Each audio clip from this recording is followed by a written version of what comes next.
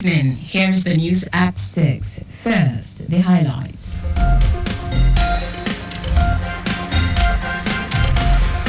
Lagos State Government pledges deliverables to residents through Themes Plus Developmental Agenda. Federal Government inaugurates committee to review National Child Policy of 2007. On the foreign scene, United Nations suspends all travels into Yemen over detention of staff by Houthis. In sport, Nigeria's athletics star Tobi Amushon set for season opener in Jamaica. Now, the details. I am Taiwo Baruwa.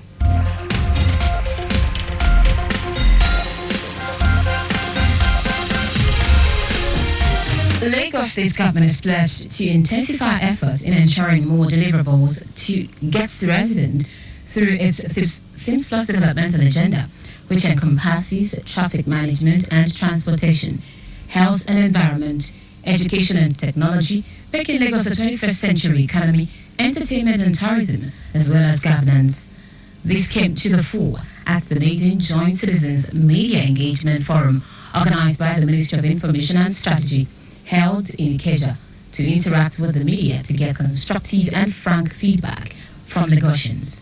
Speaking at the event, Commissioner for Information and Strategy, Benga Motosho, commended the media as a strategic partner in propagating the programs and policies of the Babajide Sanwo-Olu administration. In Yoruba, that if a kid falls, he looks forward.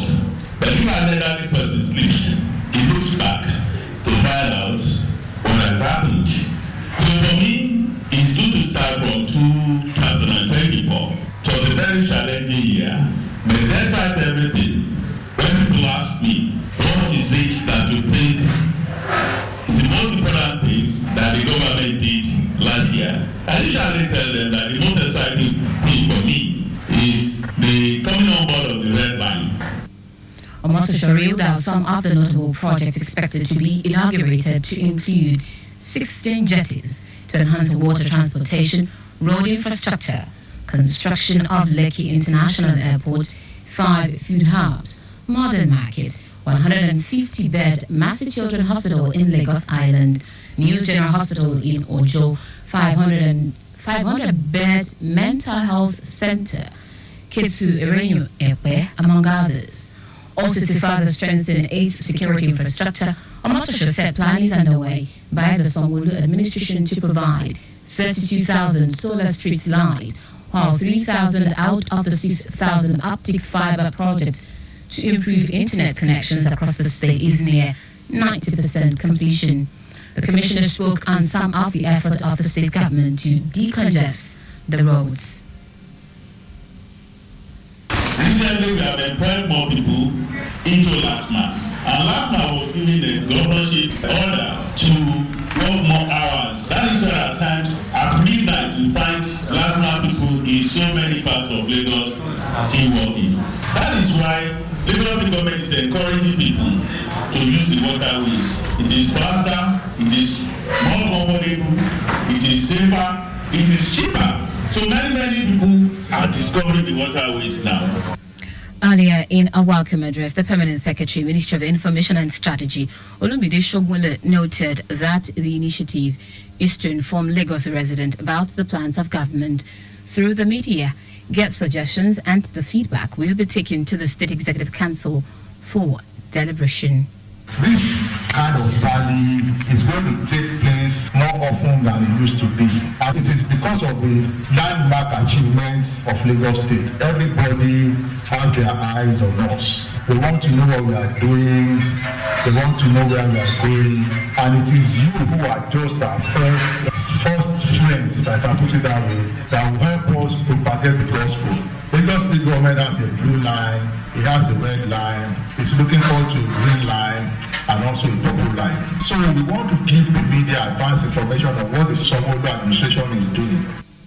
The event was attended by heads of various agencies of the ministry, including the General Manager, Lagos Traffic Radio, Tayo Akonle, Directors, Special Advisor to the Governor on Media and Publicity, Boyega Akoshile, Senior Special Assistant to the Governor on Media, among others.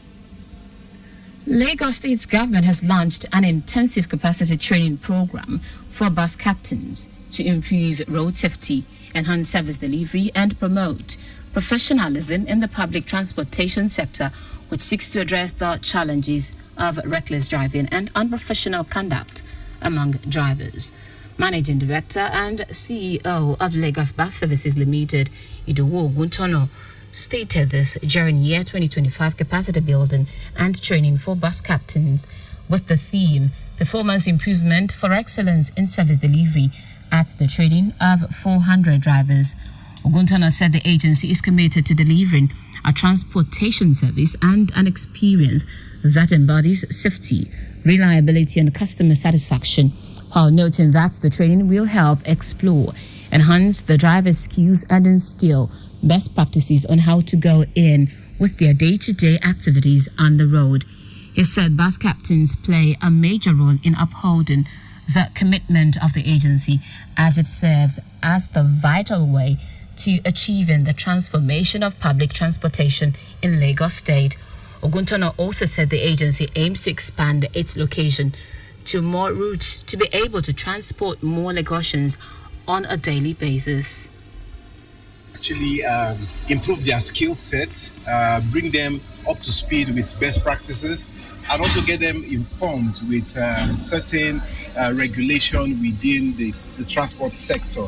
Ultimately, we want to be able to position our service this year with a high level of service delivery. We also want to improve our commuter experience. In her goodwill message, General Manager of Lagos State Drivers Institute, Lasdri Afasat Tiamiyu, urged the drivers to ensure they drive defensively while on the road, be on the right side of the law, and put the capacity training to good use. Present at the capacity training were the Director of Lagos Vehicle Inspection Service, LAGVIS, Akin George Fashola, officials from Lagos State Transport Management Authority, LASMA, officials from Federal Road Safety Corps, FRSC, among others. Lagos State's government has ordered closure of the pedestrian bridge located between Terminal 2 and 3 in Oshodi Bus Terminal due to concerns regarding safety and structural integrity of the bridge. In a statement signed by the Commissioner for Transportation, Oluwaseun Oshiemi, the contractor that handled the initial construction of the terminal through Office of Infrastructure has been mandated to place concrete barriers at the entrances leading to the bridge to safeguard lives of pedestrians who use the infrastructure and to also conduct comprehensive structural integrity assessment on the bridge for the purpose of repairs and reconstruction. Pedestrians are advised to make use of an alternative bridge located 30 meters away, pending the outcome of the report of the structural integrity assessment. Wife of the President, Oluremi Tinubu, has joined millions around the world in celebrating the transformative power of education on International Day of Education. Speaking on the theme for this year's celebration, AI and Education, Human Agency in an Automated World, Mrs. Tinubu said Nigeria remains steadfast in its commitment to ensuring that every child, regardless of their background, have access to quality education.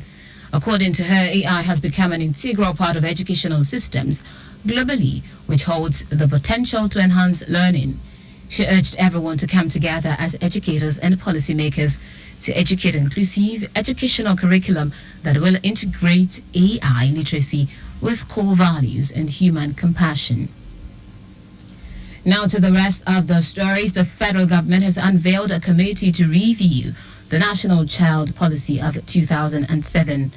Minister of Women Affairs Iman Suleiman Ibrahim describes the initiative as a critical step in her commitment to the well-being of children.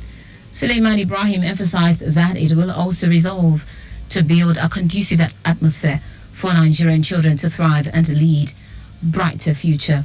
She urged the committee, chaired by the Permanent Secretary of the Ministry of Women Affairs, Mariam Keshiru, to adopt a holistic approach, engaging stakeholders from all sectors. The minister stressed that the policy must be inclusive, addressing the diverse needs of all children, including those from marginalized communities and those with disabilities. The Bayelsa State House of Assembly has taken steps to tackle the menace of illegal revenue collection, denying the state huge financial benefits. A motion sponsored and moved by Daniel Charles, representing Brass Constituency 1, stated that despite significant revenue generated from the jetty, illegal collections of various non-state actors have put an increasing financial burden on traders and commuters using the jetty.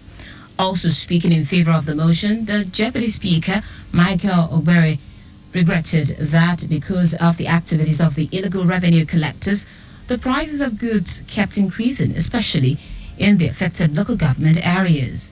The House therefore passed a one-point resolution urging the Ministry of Trade, Industry and Investment, along with all relevant agencies, to take immediate action against non-state actors engaged in illegal revenue collection at Swally Jetty and other transport terminals within the state. In foreign news, the United Nations has suspended all travels into areas held by Yemen's Houthis after more of 8 staff were detained by the Iran-backed fighters. The statement came after the Houthis also detained individuals associated with the shattered United States Embassy in Sana'a and aid groups. The Houthis have been at war with a Saudi-led coalition battling on behalf of Yemen's exiled government since 2015. Meanwhile, the Houthis did not immediately acknowledge the United Nations decision, which came as they have been de-escalating their attacks on shipping and Israel after a ceasefire was reached in the Israel-Hamas war in Gaza. In sport now, world record holder in the women's 100 meters hurdles, Tobi Amushon will run her first race of the season at the Grace Jackson Meet in Kingston, Jamaica tomorrow, when she will hit the tracks in the 60 meters event at the meet. Amushon is expected to race against the home girl and one of Jamaica's finest athletes, Jackson, marking the first time they will be competing in the same event. It will be Amushon's first official race since the 2024 Olympics in Paris, and for Jackson as well after pulling out of the games last year. The meet is not World Athletics certified, hence will not count for qualification purposes for the 2025 World Championships, which will be held in Tokyo from September 13 to 21 in Tokyo, Japan. That's it on the news at 6, but just before we go, remember to always wear your seatbelt when driving. You can follow us and like all our various social media platforms: X at Traffic Radio 961, Facebook Lagos Traffic Radio 96.1 FM, Instagram Lagos Traffic Radio 961. Subscribe and watch our news and programs live on YouTube, Traffic Radio 961.ng. You can also visit our website on www.trafficradio961.ng. Did you know that under the Sanwo-Olu administration, 100 double dino bins were locally assembled for the use of Lagos Waste Management Agency, LOMA? You can get more details on the Lagos State Government website. To end the news, here are the highlights of the major stories. Lagos State Government has pledged to intensify effort in ensuring more deliverables get to residents through its Themes Plus developmental agenda, which encompasses traffic management and transportation, health and environment, education and technology, making Lagos a 21st century economy, entertainment and tourism, as well as governance. The federal government has unveiled a committee to review the National Child Policy of 2007. We also told you that the United Nations has suspended all travels into areas held by Yemen's Houthis after more of the 8 staff were detained by the Iran-backed fighters. Finally, in sport, world record holder in the women's 100 meters hurdles, Tobi Amushon will run her first race of the season at the Grace Jackson Meet in Kingston, Jamaica tomorrow, when she will hit the tracks in the 60 meters event at the meet. For contact with the newsroom, send a message to info@trafficradio961.ng. That ends the news broadcast compiled by Sadiq Yusuf. I am Taiwo Baruwa. Thank you for listening. Good evening.